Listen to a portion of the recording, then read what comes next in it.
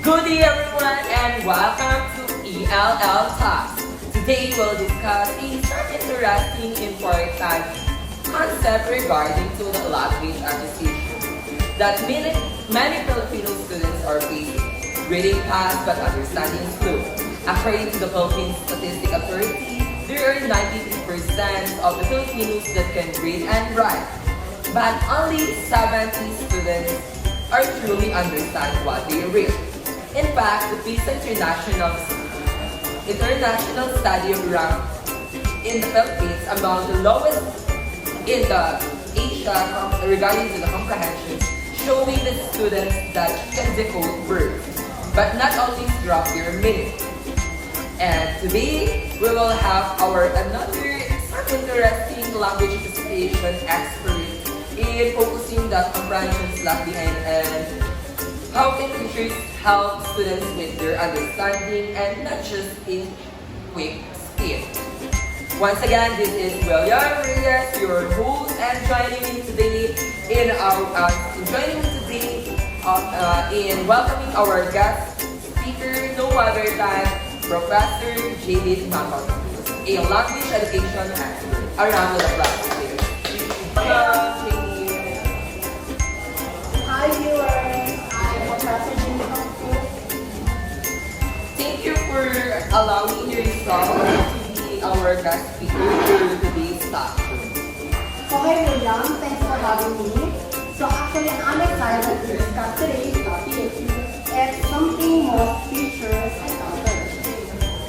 Absolutely, Juliet. So this is entitled Reading Fast and Understanding Slow. So I think those are very evidently that our students, our young ones nowadays are very low in terms of reading comprehension. Specifically, it talks about our it's all about the college students who can read quickly and miss the comprehensions in terms of what they are reading. Yes. Oh, I know that. I know that one. The student highlight connectors that however or in conclusion, but when asked to summarize, we just stop with the text. Exactly, Julie.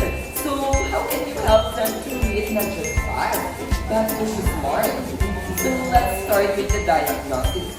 What's really going on this case, teacher Julie? So well, William, the main problem is that students are focusing on speed rather than comprehension. They practice tests only on the surface level. So they are not connecting the ideas or building the meaning, right? Yes, exactly. This relates to the cognitive theory by J.D. because it tells us that understanding comes from mental processes like memory, attention, and schema building. If students just highlight without thinking, they don't make those mental connections. So it talks about the cognitive theory. So it was an interesting concept. So how can teachers actually help students to improve it? If it's about on what they read and how they comprehend it. So actually, in terms of student growth, we are facing, we have this kind of problem, but also there is also an explanation for this and the theory that they apply to this kind of topic. So first, the problem is they read fast, but sometimes they miss the conditions. But to explain to this, they focus on connectors, not in the meaning. So the theories that will include or apply to this kind of topic is the cognitive theory by J.D. as I said earlier. In language learning, what are those theories in aligning the reading fast and comprehension slow? What are those theories that you want to share into our viewers out there in learning the language? So actually, hi viewers. So again, so the cognitive is one also part of the theory, the behaviorist, the nativist, and the interactionist. So that's part of the learning. So those are the theories in learning language acquisition. So you have mentioned the behaviorism, cognitive, the interactionist, and the nativist. So can we go further and let's break down those theories? Okay, so first let's start with behavior reasoning. So behavior reasoning is all about the repetition and reinforcement. Because teachers can give short reading drills and provide students correct comprehension answers. So what are you trying to emphasize to to me and to our viewers out here, so that train the brain to notice meaningful habit. So most likely the behaviorism, it talks that how to train our brain to notice what is being truth in the habit. So to imitation kasi, imitation, the student can be not totally understand, but they can imitate. So to imitation, the words, it will be programmed in their mind. Yeah. So most likely behaviorism, so it makes our brain to notice what is the meaning through the habit. Yeah. So how about the cognitive theory? So in cognitive theory, here we teach students to think aloud. For example, a teacher might say, I think the author needs to model listening. Oh, so students learn how to think while reading, not just read automatically. Yeah. So, back up pardon. Sometimes I misconceptualize those concepts in terms of cognitive, while I intend to think while reading, on which I not just read automatically on what is being in the context. So most probably those cognitive theory are very applicable, not just for students out there, but also for someone who loves to read. Yes. So in cognitive theory, we use our mind to think what the truly meaning on what we read, the truly meaning of the text. So through reading, we tend to think critically. Our mind progress. I love the Or word process.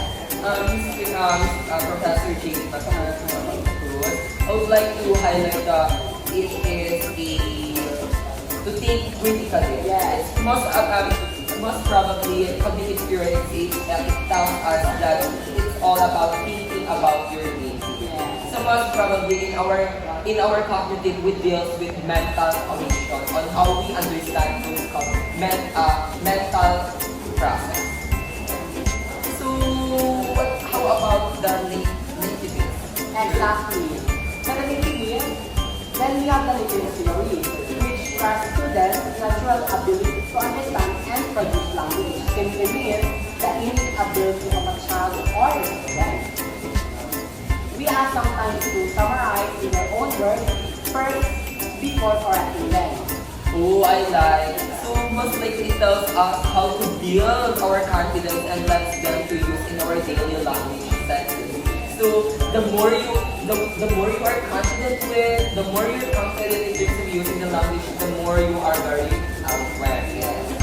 So I would like to highlight the cognitive and nativist. It must good combination in learning the language. The confident one and the mental order processes in terms of how do you think the language is. So most probably they are good at the combination. So lastly, how about the interaction theory? Finally, interaction theory. The student works in pairs and discuss meaning and negotiate understanding together. So through social interaction or interaction with your peer, you can learn, you can get an idea or knowledge about a certain topic. That's why there's a student works in pair or in group. When you see that students work together in a group, so there is a collaboration with the learning learning the language.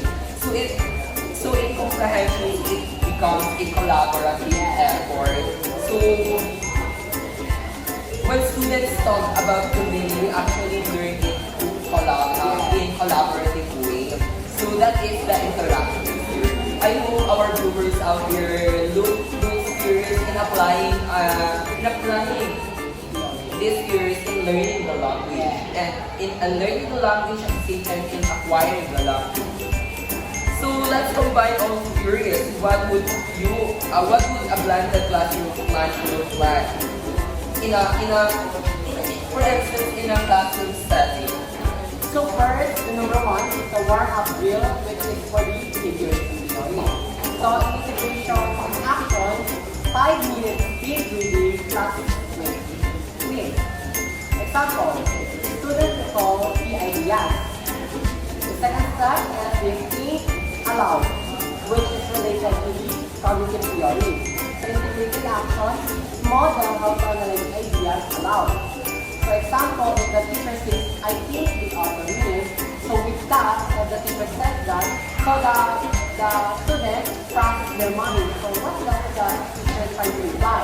Yes, exactly. So the third step is the personal summary or the native. The applied theory native. So in integrated action, the students write summaries in own words. For example, reading fast isn't the same as understanding. So if you're reading, you're just reading it. You comprehend the text that you're reading without understanding as well. So the fourth one is the clear discussion or the interaction. So the integrated action for this is the exchange and critique summary. For example, peers exchange each other's interpretation. Yeah. So the last one is to reflect and reinforce. So overall, theories and the steps that might combine all of it. So the integrated action for this to reflect on what works.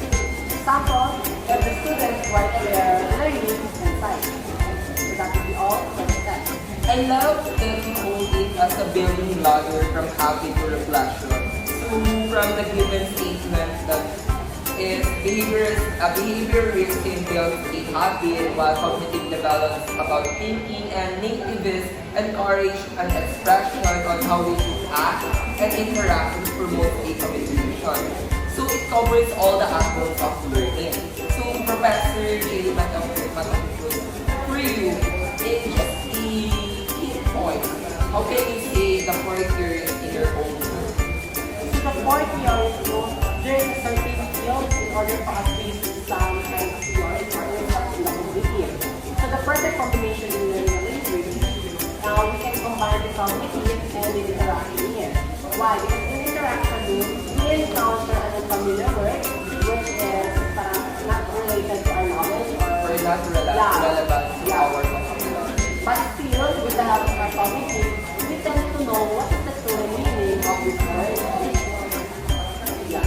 So that's a powerful evidence that through learning the language, where we can thoroughly learn by understanding and comprehending the concept of theories in learning the language. But what are those possible problems, Professor, in those theories? If there's any. Good question. So some students may feel rushed just to finish. So you just have to consider you keep on reading without understanding, just to finish on what they are reading. So the solution, with comprehension, not speed. So you read the students with their comprehension and understanding, but not the reading. And what if they just copy your classmates' summaries? Like, it isn't possible, right? The required you to do a classroom journal so that explain how they understood in their own words. So with the on what they are reading, you don't grade them on how fast they read, but instead you grade them with their comprehension or their knowledge to that specific context or text. So, I would like to highlight in assessing our learners or our students, I would also to look for a scoring that is applicable in learning the language, which are the holistic and analytical scoring, on which it talks about the entire coverage of learning the language within the content, the proper pronunciation, the construction within the analytical approach or scoring. While on the other type of scoring, it talks about the holistic. So overall, we just set aside the comprehension of the students, whether they meet the standard one. But in learning the language with low anxiety, there is a higher learning at all. In learning the language with higher anxiety, there's no possibility that there is a learning at all. There is, but But still still, lacking. yeah, this is what I'm trying to emphasize to our viewers out here. So we really need a real life application that let's imagine in the Philippines classroom settings.